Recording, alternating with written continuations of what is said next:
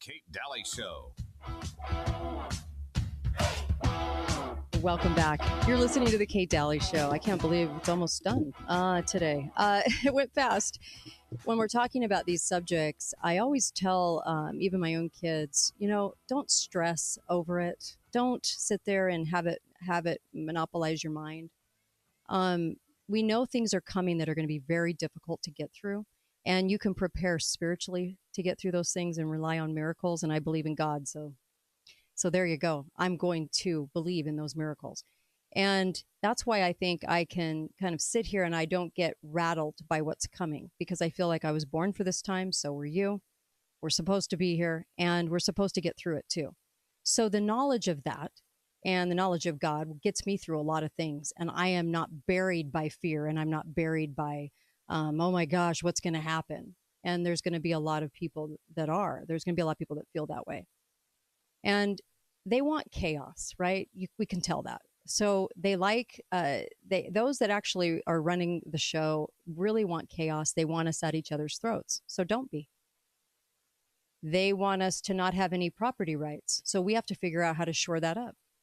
If Dr. Richard Day is correct when he said that you will have people put in your home that are strangers, and that the idea will be that you will tattle on each other and there's no trust, and not even trust within the walls of your own home, that sort of thing, then you fill your home with family members, right? You preempt that.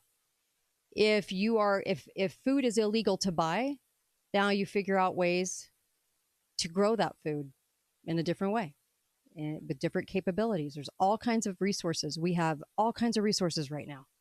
So we're not sitting here with nothing, and we're not sitting here in total poverty where you can't do anything. Okay. So we have a lot of advantages to shoring things up, to getting ready, to make sure you're okay.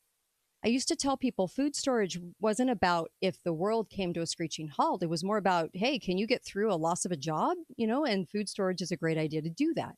And I grew up with that. My religion is very famous for food storage. Okay. So I grew up with this and idea that it gets you through anything, gets you through job loss. And it has in the past. So I always feel like getting prepared is a really sound, wonderful thing that brings you a lot of peace, actually. And why would you not do that for every case scenario? We know that several case scenarios could be coming our way. We know that they want to ramp up violence, that they've opened those borders for a reason. So think accordingly. What are we going to do? Have we had conversations with neighbors? When was the last time you went out to dinner with a neighbor? When was the last time you sat your kids down and said, hey, if somebody ever hauls me off and puts me somewhere and I say these words, this is what's happening to me. If I'm not able to communicate with you, this is what's happening. Do you have meetup points? Do you have, in case of an emergency? We have manipulated weather events coming. So what are we going to do in that case scenario? Have you thought that out? Do you have a go bag? Simple, right under the bed, right? We had a little tiny earthquake. It was a 4.5 or whatever, and it shook the house last weekend, or is it this week? I can't remember. Anyway, and I'm telling you, it was like, oh, how's our go bag? You know what I mean? Like, what would happen if that thing would have lasted? And so I think with the opportunities, the money that we do have, the things that we do have, this would be a great time to utilize getting things in our household and under our roofs and in our possession right now, because we should.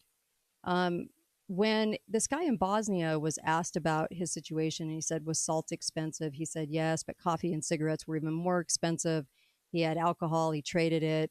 There were a lot of things. Batteries were a big deal. Everybody wanted batteries. So remember that, okay? And he also said that we didn't have any time to prepare. He said the government just kept telling us everything was fine.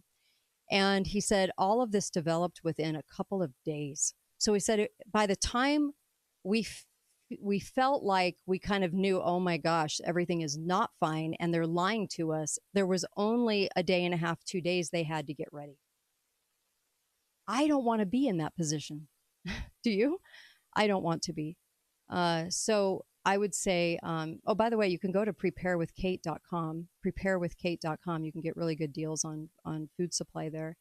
but I would very much tell you to get meat and tell you to get all the things that would be really difficult to get once if trucks were not able to be on the road. And they could actually get trucks to a point where you only had very limited trucks coming in based on their climate gobbledygook that they spit out. So if that were to happen, be prepared for way higher prices. What could you do to live? And how could you pool resources with family and friends? Also have those expensive things like meat, right, under your roof. Have those things ready, dehydrated or whatever. Maybe it's time to get a second freezer or a freezer at all, and make sure that you have things that are frozen. Make sure that you have ample eggs. You can actually freeze milk. You can freeze a lot of things. So make sure you have those things just in case of a week that you have to go without having these things. I just think it's huge. I think it's important. And on the note that, how do you kind of game this as far as strategy? If the economy goes south, how could you still make money? What could you possibly do? I brought up the rental thing because if you have anything that you could rent out that is of good quality, bikes, tools, things like that, it could be a good source of money for you. And I think that's the way of the future. I actually think people will be renting things way more coming up, and they won't own things. I don't agree with that. But I think that's the way it's going to go, especially if it keeps on going this way. So that we know right now. So be prepared for that. What could you do in the future? And putting money into things that could be rented might work for you. Also, do you have a skill or trade? Can you fix things? When people are in a crunch, certainly they need things fixed. So if you're that guy, if you're that gal, that's great. Do your kids know how to fix things? And things like tires and things like that people go, oh my gosh, I've got to have this, can't get it. Do you have extra? That's a really good point to kind of keep in mind. Those types of things, bike tires, things like that. I've done a lot of shows on prepping through the years, through almost 14 years. You can only imagine how many.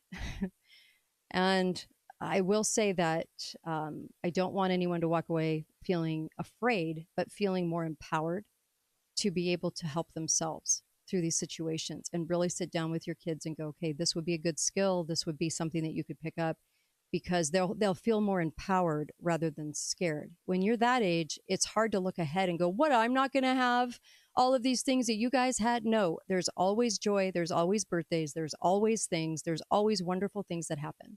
Always. Okay? Even during the Depression, what did women buy the most of? Lipstick. Why? Because they wanted to feel pretty. Okay? People will always have joy. They will always do those things. The guys that made up macaroni and cheese knew what they were doing. That was a big staple item, right? So there's always things that you can think outside the box and go, okay, I can produce this or that that's needed in a situation like that. And also, I will get through. We got to teach our kids to do this with grace and dignity and character. And also be faithful, be fearless. I'll see you back here on Monday. John Schneider next Friday. Thanks, you guys, for listening in. KateDalleyRadio.com. This will be on podcast at KateDalleyRadio.com. Come get it and share it. Are you struggling to find relief for a current medical condition and not getting any results? Inside Out Hyperbaric